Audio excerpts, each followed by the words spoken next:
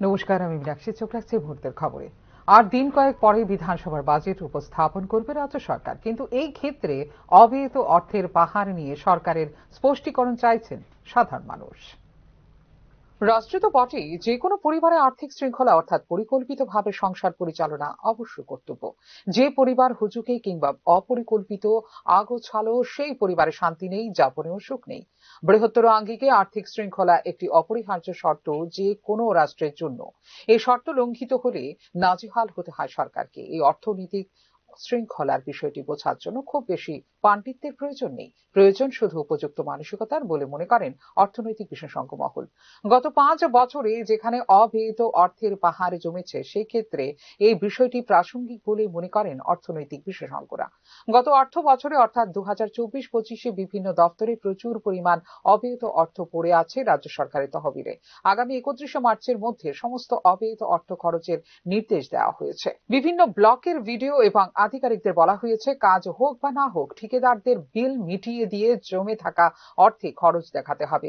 বিভিন্ন দপ্তরে আগামী 31 মার্চের মধ্যে সরকারি অর্থের খরচ দেখানোর জন্য একেবারে শেষ মুহূর্তে এখন শুরু হয়েছে তোড়জোড়।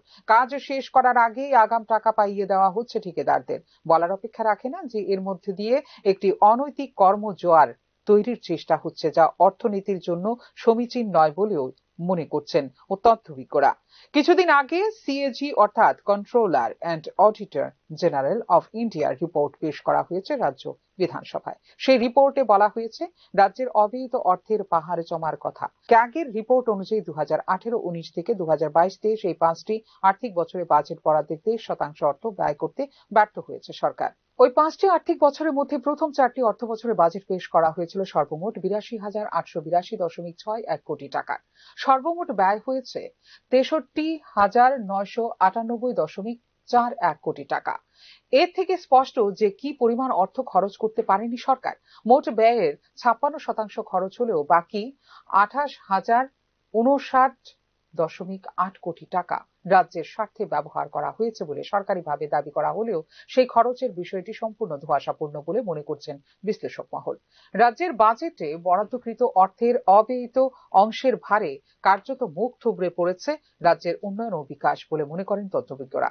কিছুদিন পরেই রাজ্য বিধানসভায় 2025-26 অর্থ বছরের জন্য বাজেট পেশ করবে সরকার। সরকার বিধানসভার অনুমোদন নিয়ে খরচের জন্য বিপুল পরিমাণ অর্থ নিজেদের ভান্ডারে তো নিচ্ছেন, কিন্তু খরচ করতে পারছেন না কেন, তা নিয়ে উঠছে প্রশ্ন। রাজ্যের বিভিন্ন জায়গায় রাস্তাঘাটের বেহাল দশা, পানীয় জলের সমস্যা, সময়মতো কৃষি উৎপাদনের জন্য অপরিহার্য সার, বীজ, কীটনাশক না পাওয়া, বিভিন্ন নির্মাণ কাজ মুখ থুবড়ে পড়ে থাকা, হাসপাতালগুলোতে ন্যূনতম চিকিৎসা সামগ্রীর অভাব, এই বিষয়গুলি কি শুধুমাত্র বিরোধী দলেরই স্লোগান নাকি এতে রয়েছে বাস্তবতা, তা নিয়ে ভাবতে হবে সরকারকে। একদিকে বাজেটে বরাদ্দকৃত অর্থের ব্যয় না হওয়া, অন্যদিকে মানুষের সমস্যা সমাধান না হওয়া স্পষ্ট করে আর্থিক শৃঙ্খলাহীনতাকে। এই অবস্থায় কোনো একটি রাজ্যের অগ্রগতির জন্য মোটেই সহায়ক নয় বলে নিশ্চিত অর্থনৈতিক বিশেষজ্ঞরা বলে জানান। ফিওরো রিপোর্ট, নিউজ নাও। দীর্ঘ 18 বছর যাবৎ বিভিন্ন সমস্যা জর্জরিত ও অব্যবস্থাপনায় চলছে সোনামুড়া শহরের প্রাণকেন্দ্রে অবস্থিত নিয়া টাউন হল অঙ্গনওয়াড়ি কেন্দ্রটি। একই ঘরে শিশুদের পড়াশোনা ও রান্নার পাশাপাশি নেই কোনো বিদ্যুতের ব্যবস্থা। বিভিন্ন সমস্যায় জর্জরিত থাকা অবস্থায় গত 12 ফেব্রুয়ারি অঙ্গনওয়াড়ি কেন্দ্রের গ্যাসের সিলিন্ডার চুরি হয়ে যায়। সোনামুড়া থানায় চুরির অভিযোগ লিপিবদ্ধ করা হলেও পুলিশ চুরির তদন্তে কোনো উদ্যোগ গ্রহণ করেনি বলে অভিযোগ করেছেন কেন্দ্রের দায়িত্বে থাকা কর্তব্যরত কর্মী। বর্তমানে গ্যাসের সিলিন্ডারের অভাবে মাটির চুল্লিতে শিশুদের জন্য খাবার রান্না করতে গিয়ে ধোঁয়ায় শিশুদের অসুবিধার সম্মুখীন হতে হচ্ছে বলেও জানান তিনি। দীর্ঘদিন অব্যবস্থাপনায় পড়ে থাকা এবং বিদ্যালয়ে বিদ্যুৎ সংযোগ দেওয়ার বিষয়ে সংশ্লিষ্ট দপ্তরে একাধিকবার জানানো সত্ত্বেও এই বিষয়ে কোনো উদ্যোগ গ্রহণ করা হয়নি বলে জানিয়েছেন অঙ্গনওয়াড়ি কেন্দ্রের কর্তব্যরত কর্মী।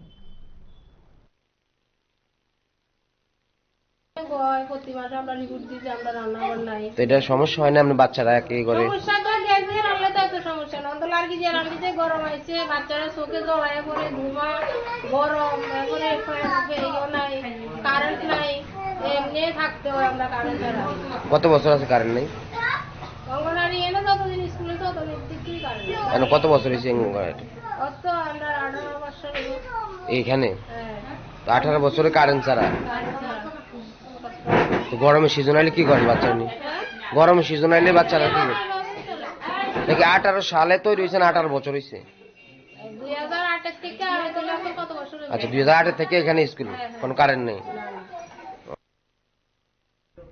বিভিন্ন সামাজিক কর্মসূচিতে পিছিয়ে নেই ধর্মীয় সংস্থাগুলো। এমনই এক সামাজিক কর্মসূচির অঙ্গ হিসেবে 19 ফেব্রুয়ারি আর কে নগর লোকনাথ আশ্রম কর্তৃপক্ষের উদ্যোগে এলাকার 40 জন দুস্থদের মধ্যে বস্ত্র দান করা হয়। 2018 সালে এই লোকনাথ আশ্রমের সূচনা থেকে আশ্রম কর্তৃপক্ষ প্রতিনিয়ত বিভিন্ন সামাজিক কর্মসূচি পালন করে আসছেন। করোনা কালেও এই আশ্রমের পক্ষ থেকে এলাকাবাসীদের বিভিন্নভাবে সহায়তা প্রদান করা হয়েছিল বলে জানিয়েছেন মন্ত্রী কর্তৃপক্ষ। বিভিন্ন সামাজিক কর্মকাণ্ডের অঙ্গ হিসেবে 19 ফেব্রুয়ারি বস্ত্র দান কর্মসূচি আয়োজিত হয় এবং এই ধরনের মহতী উদ্যোগ ভবিষ্যতেও গ্রহণ করা হবে বলে উদ্যোক্তাদের পক্ষ থেকে জানানো হয়েছে।